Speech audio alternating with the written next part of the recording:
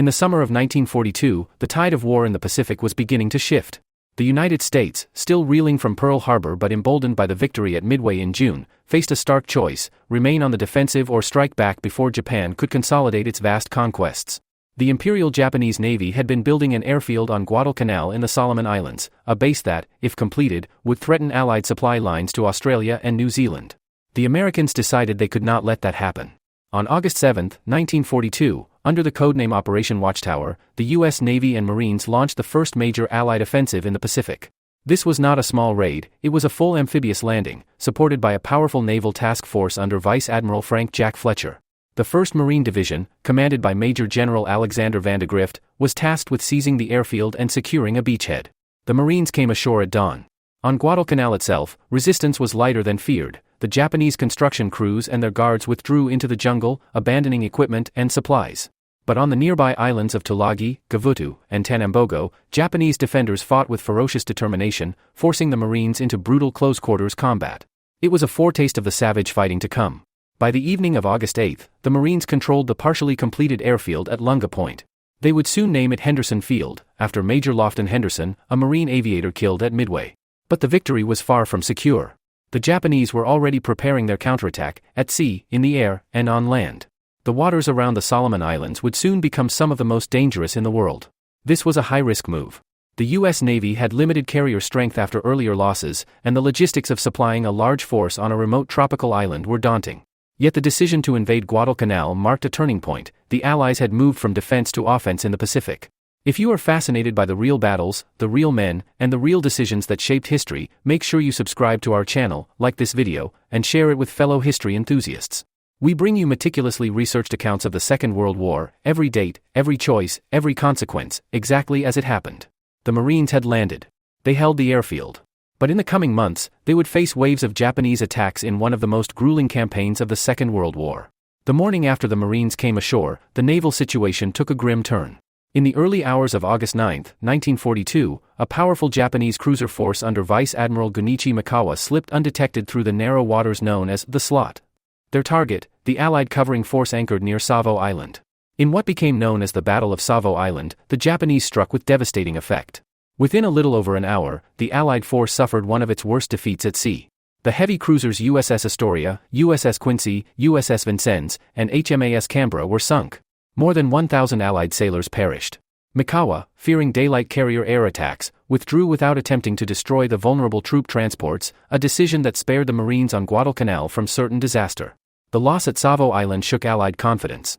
Admiral Fletcher, concerned about fuel shortages, aircraft losses, and the exposed state of his carriers, decided to withdraw the fleet on August 9, leaving the Marines without heavy naval support. This meant the 1st Marine Division was now effectively stranded, relying solely on limited supply runs that had to dodge Japanese ships and aircraft. Over the next 2 weeks, the Japanese began their counteroffensive. Air attacks from Rabaul intensified. On August 20, the newly established Henderson Field became operational when Marine F-4F Wildcats and SBD Dauntless dive bombers landed. These aircraft, part of what became known as the Cactus Air Force, would play a decisive role in defending the island. Japanese warships launched night bombardments to smash the airfield, and troop reinforcements were ferried down the Tokyo Express, a fast destroyer transport route through the Slot. On August 21, Japanese Colonel Kayaneo Ichiki led a direct frontal assault against the marine perimeter along the Ilu River, mistakenly called the Tenaru by the Americans. The attack ended in disaster for the Japanese. Ichiki's force was annihilated, with over 800 men killed. The Marines buried the dead in mass graves, a grim reminder of the campaign's brutality. Still, the Japanese were far from finished. They continued to pour men and material into Guadalcanal under cover of night, determined to retake Henderson Field. The U.S., short on supplies and isolated by sea, knew they would face another major assault soon. By late August, the battle had shifted into a grinding contest of endurance. Control of the sea lanes around the island would determine whether the Marines could hold their precarious grip on Guadalcanal, or be driven into the sea. By early September 1942, Guadalcanal had become the focal point of the Pacific War. The Marines held a narrow defensive perimeter around Henderson Field, but Japanese reinforcements continued to arrive via the nighttime destroyer runs. Supplies for the Americans were scarce. Ammunition had to be rationed, and meals were reduced to a meager mix of tinned rations and whatever could be foraged locally. Malaria and dysentery began to weaken the garrison almost as much as enemy fire. The Japanese command, determined to retake the airfield, began assembling a much larger force. General Harakichi Hyakutake, leading the 17th Army, ordered the Kawaguchi detachment to mount a coordinated assault.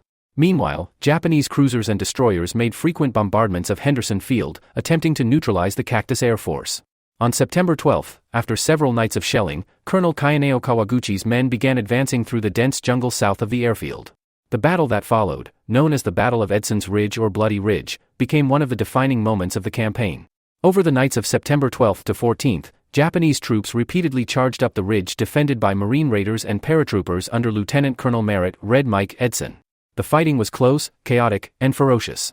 Edson's men held their ground despite suffering heavy casualties, and the Japanese assault collapsed with devastating losses. The failure at Bloody Ridge was a major setback for Japanese hopes of a quick victory. However, they were not deterred. Throughout the rest of September, the Tokyo Express continued to bring troops to Guadalcanal. The Americans countered with daily air strikes from Henderson Field, sinking several Japanese transports and damaging destroyers.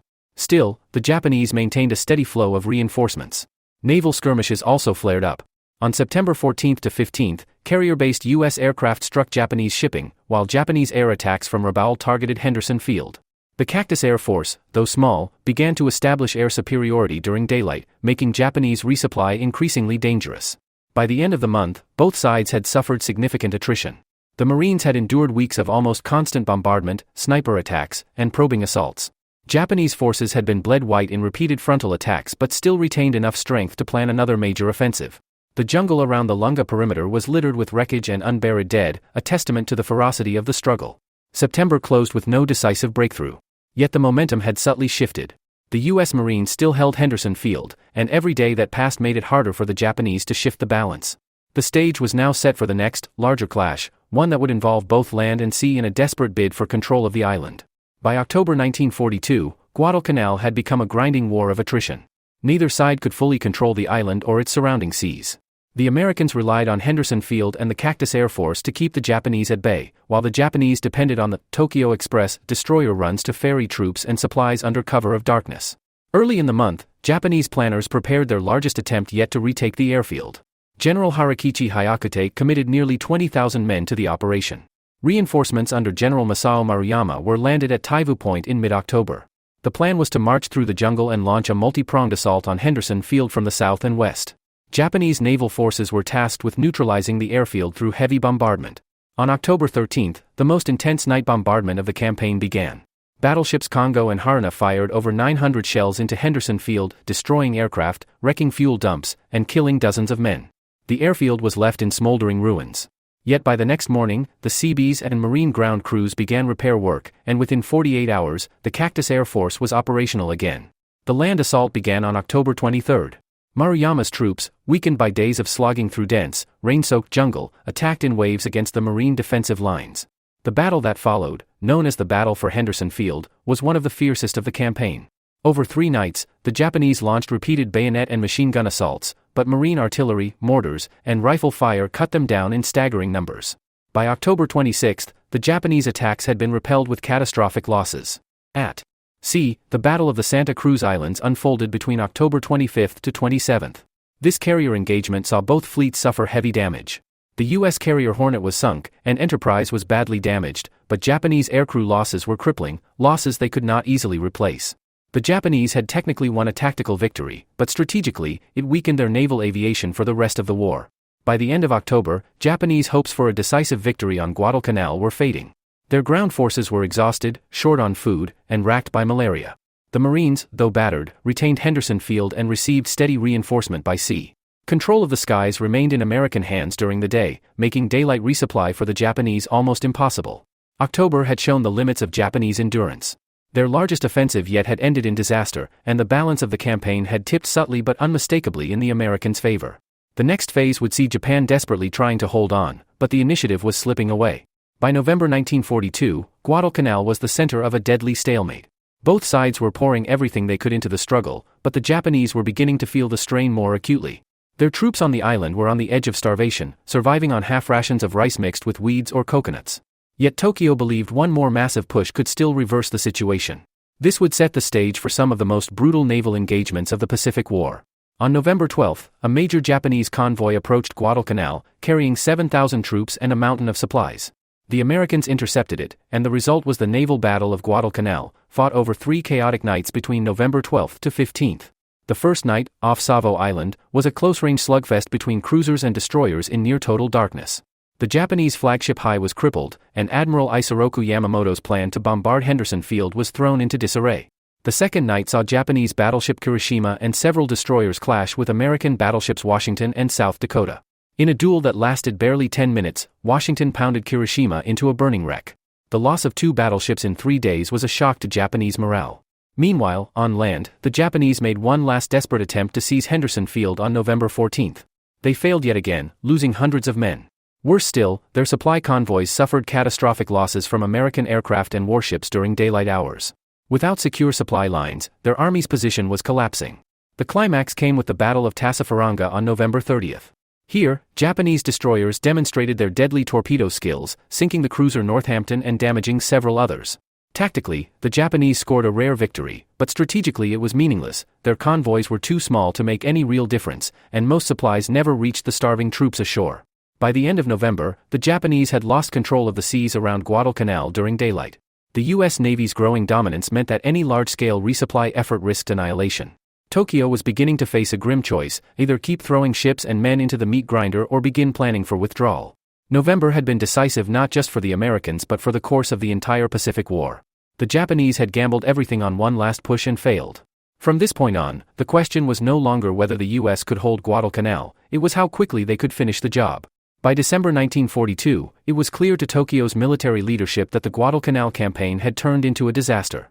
The Imperial Japanese Army was bleeding men faster than they could be replaced, and their supply situation was catastrophic. Soldiers on the island were living on as little as 100 grams of rice a day, supplemented by roots and whatever they could scavenge. Disease, malaria, dysentery, and tropical infections was cutting down men faster than enemy bullets.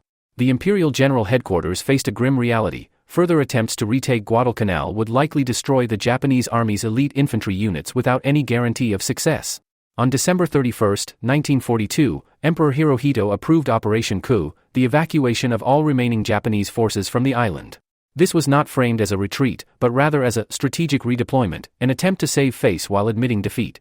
The Japanese planned the withdrawal with extreme secrecy. Using fast destroyers nicknamed the Tokyo Express, they would evacuate troops under the cover of darkness, avoiding daylight encounters with the now dominant U.S. Navy. On January 2, 1943, American intelligence intercepted vague hints of Japanese movement but did not initially realize it was a full-scale evacuation plan. On land, the Japanese still maintained a defensive front to mask their intentions. American forces, believing their enemy would fight to the last man, prepared for another costly offensive. Instead, the Japanese quietly began ferrying out troops in small night operations. The first successful withdrawal runs began on January 14. Throughout January 1943, U.S. patrols noticed fewer Japanese attacks, lighter resistance, and increasingly abandoned positions. By late January, American forces advanced toward enemy lines expecting a decisive battle, only to find empty trenches and hastily discarded equipment. Still, the Americans remained cautious, suspecting a trap. The final evacuation runs took place between February 1 to 7, 1943. In just 3 nights, the Japanese successfully removed over 10,000 troops from the island. When the last destroyers slipped away under the moonless sky, the Guadalcanal campaign was effectively over. On February 9, 1943, U.S. commanders officially declared Guadalcanal secure. The cost had been staggering: for the Americans, over 7,000 dead and thousands more wounded; for the Japanese, more than 25,000 dead and the loss of nearly their entire fighting force on the island. Guadalcanal was the first major offensive victory for the United States in the Pacific and marked the turning point of the war against Japan. No longer on the defensive, the Allies could now push westward, island by island, toward the Japanese homeland. For Japan, the loss shattered the myth of their invincibility and marked the beginning of a long, grinding retreat across the Pacific. The island that few in the United States had even heard of in 1942 had now become a symbol of American resilience, sacrifice, and determination, and a graveyard for Japan's ambitions.